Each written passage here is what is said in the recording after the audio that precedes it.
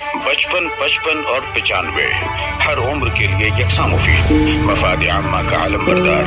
ضرور سبسکرائب کریں، لائک کریں، شیئر کریں اور بیل آئیکن پریس کرنا نہ بھولیں. ربانی دا اسکالر یوٹیوب چینل.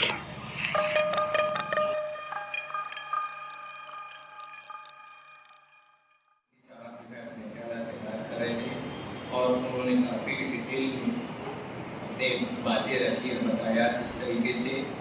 تو ان کی باتیں سن کر میرے ذہن میں یہ شعر آیا اور ان پر صادق آتا ہے کہ ہم نے ان تند ہواؤں میں جلائے ہیں چراغ. بات چیز کہ ہم نے ان تند ہواؤں میں جلائے ہیں چراغ جن ہواؤں نے پلٹ دی ہے بساطِ ہنس.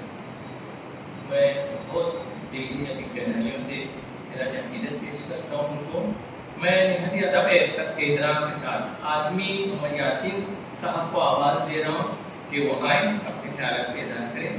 اعظمی محمد یاسین سر.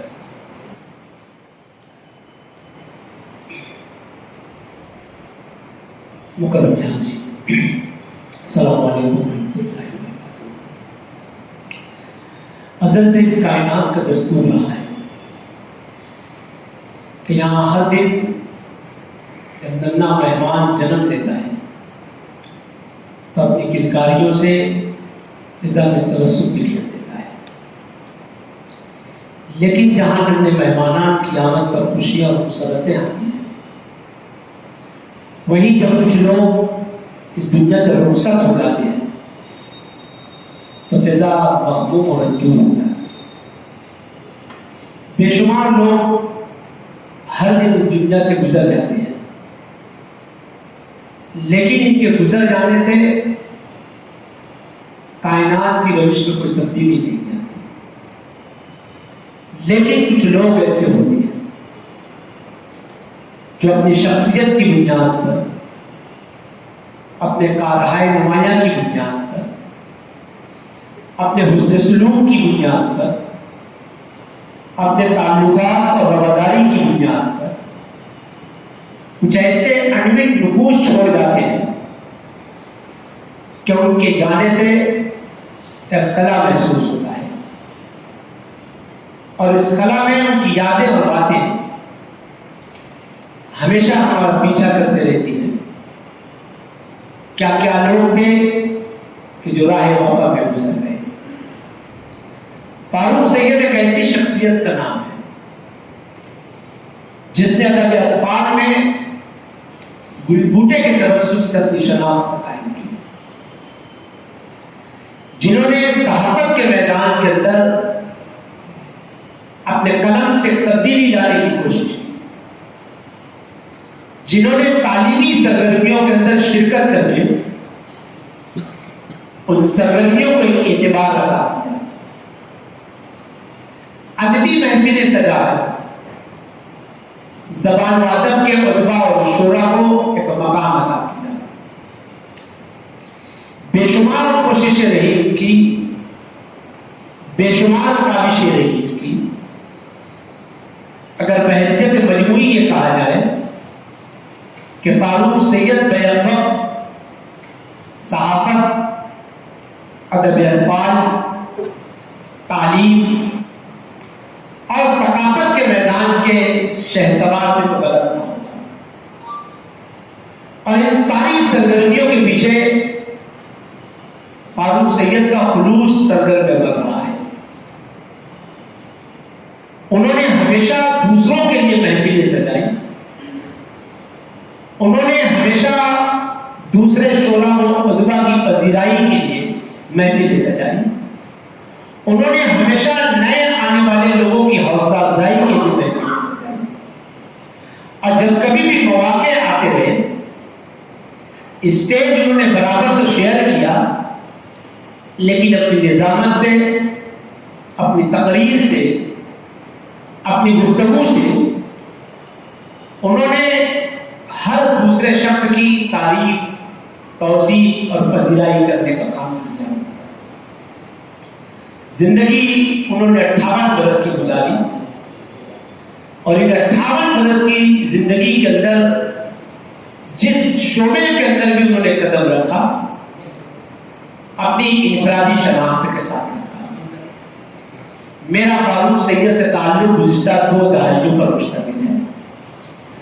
2006 میں جب پہلی مرتبہ میں بال بھارتی کے سیدھے طے کر کے بال بھارتی تک پہنچا تو میری پہلی ملاقات بھی فاروق سید سے وہی ہوئی، اور اگر یہ کہوں کہ فاروق سید کی اور میری آخری ملاقات بھی اسی بال بھارتی ہوئی تو غلط نہ ہوگا کہ رمضان سے چند دن قبل ہماری بال بھارتی کی میٹنگ کے اندر وہ تشریف لائے تھے، اور چہاروں جماعت کی درسی کتاب کو جب ہم فائنل کر رہے تھے اور ایک سبق کے اوپر جب گفتگو ہو رہی تھی تو جس انداز میں کثر نفسی کے ساتھ اپنی باتوں کو پیش کر کے اس کے اندر کچھ اصلاحی پوائنٹ آف ویو سے ہم لوگوں کی رہنمائی کر رہے تھے تو مجھے بڑا اچھا لگ رہا تھا کہ ایک ادیب، ایک بچوں کا ادیب کس طرح سے بچوں کی سطح پر اتر کر اس سبق کو بچوں کی نظر سے پڑھ کر اس بات کا اندازہ لگا رہا ہے کہ چہاروں جماعت کا طالب علم اس شخصیت کے بارے میں جب تعلیم حاصل کرے گا، سبق کو پڑھے گا تو وہ کیا محسوس کرے گا۔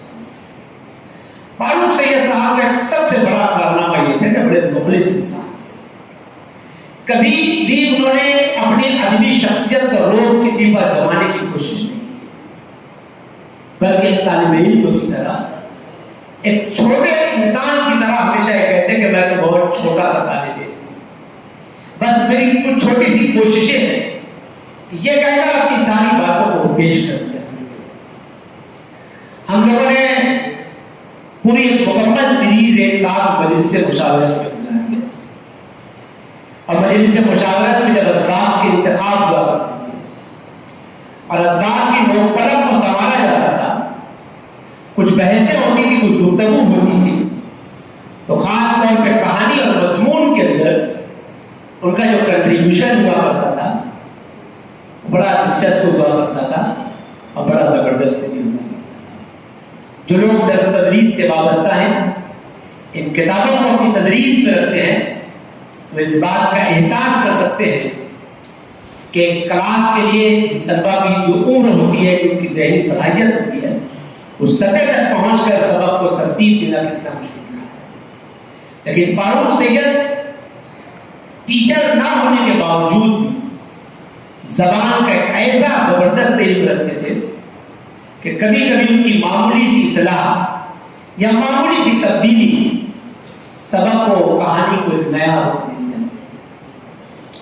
فاروق سید صاحب بڑے دلدار قسم کے آدمی تھے، بہت دولت مند تھے نہیں، لیکن جو کچھ بھی ان کے پاس تھا وہ اپنے مہمان پر لٹا دینے کے لیے تیار تھا، اور اس کا بارہا اتفاق ایسا ہوا کہ جب کبھی بمبئی پہنچے اور اپسرا یا سرا ٹریولز کی بس کے انتظار میں ناگپاڑا کی گلیوں میں گھومتے رہے، اور اگر اسے بلا کبھی اتفاقیہ یا کبھی اتفاق کے ساتھ ملاقات کر لی جائے تو بغیر کھانا کھلائے کبھی واپس نہیں جاتے۔ اتنا خلوص، اتنے دردمند انسان تھے، اور یہ ان کا خلوص اور ایثار تھا جو میرے لوگوں کے اندر مقبول تھا۔ 2021 میں جب اسی پریمائسس کے اندر اردو کتاب میلہ ہوا، وہ گلبوٹے کے اسٹال کے ساتھ یہاں موجود تھے۔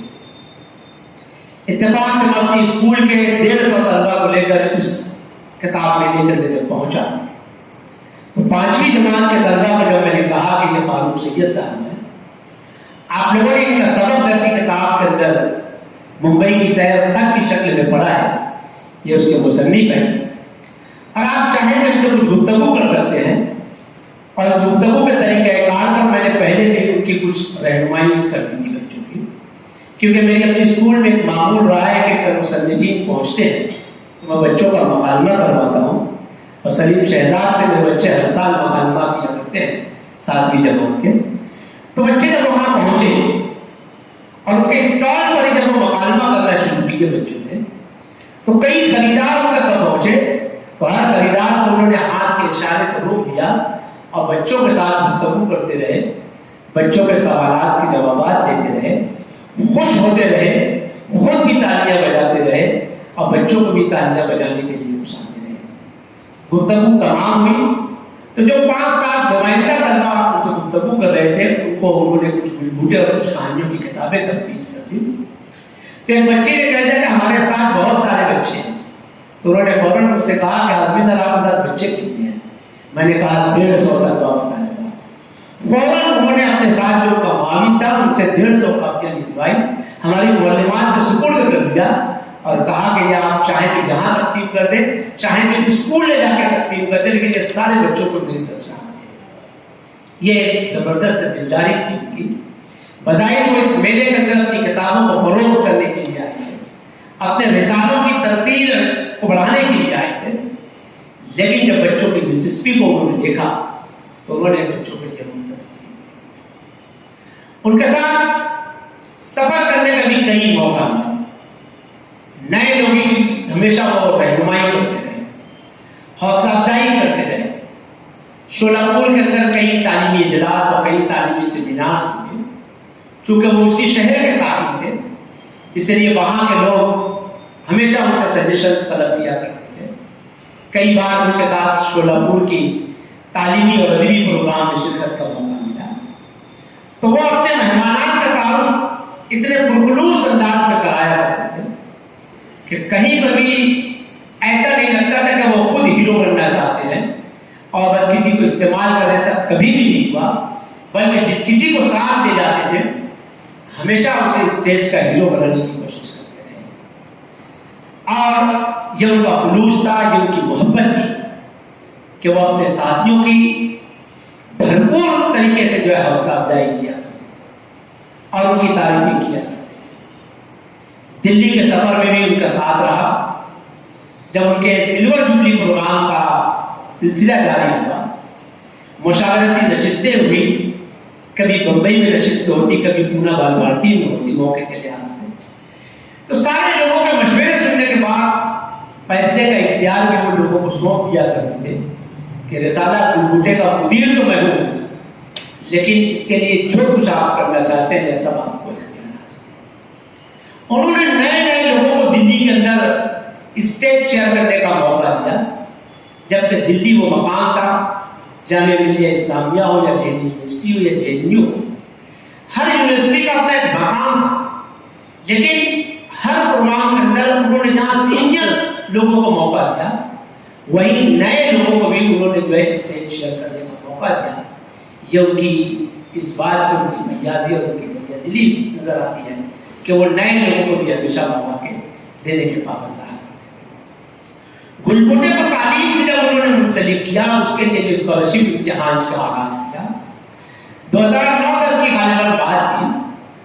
میں حج کی تیاریاں کر رہا تھا اور ان کے اس اسکالرشپ کے لیے تیاریاں چل رہی تھی.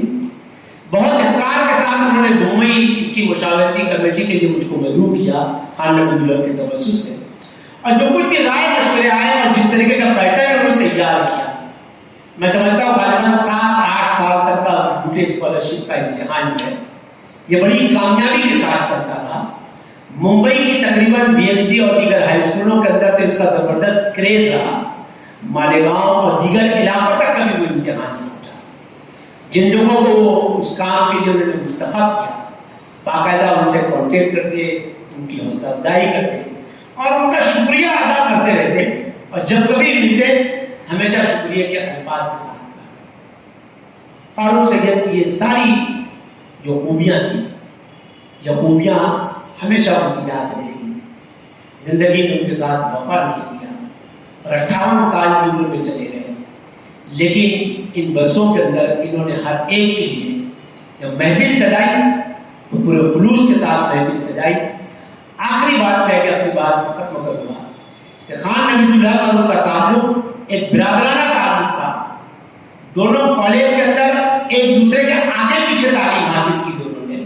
خان صاحب ان کے سینئر تھے, یہ ان کے جونیئر تھے, لیکن تعلقات اتنے پختہ اور اتنے وسیع تھے کہ جب 2022 میں خان نبی اللہ ریٹائر ہونے لگے تو بال بھارتی کی تاریخ کے اندر, بال بھارتی کے پریمائسز کے اندر کسی آفیسر کا اتنا شایان شان پروگرام ریٹائرمنٹ کا کبھی کسی کا نہیں ہوا جتنا شایان شان پروگرام نبی اللہ صاحب کا ہوا.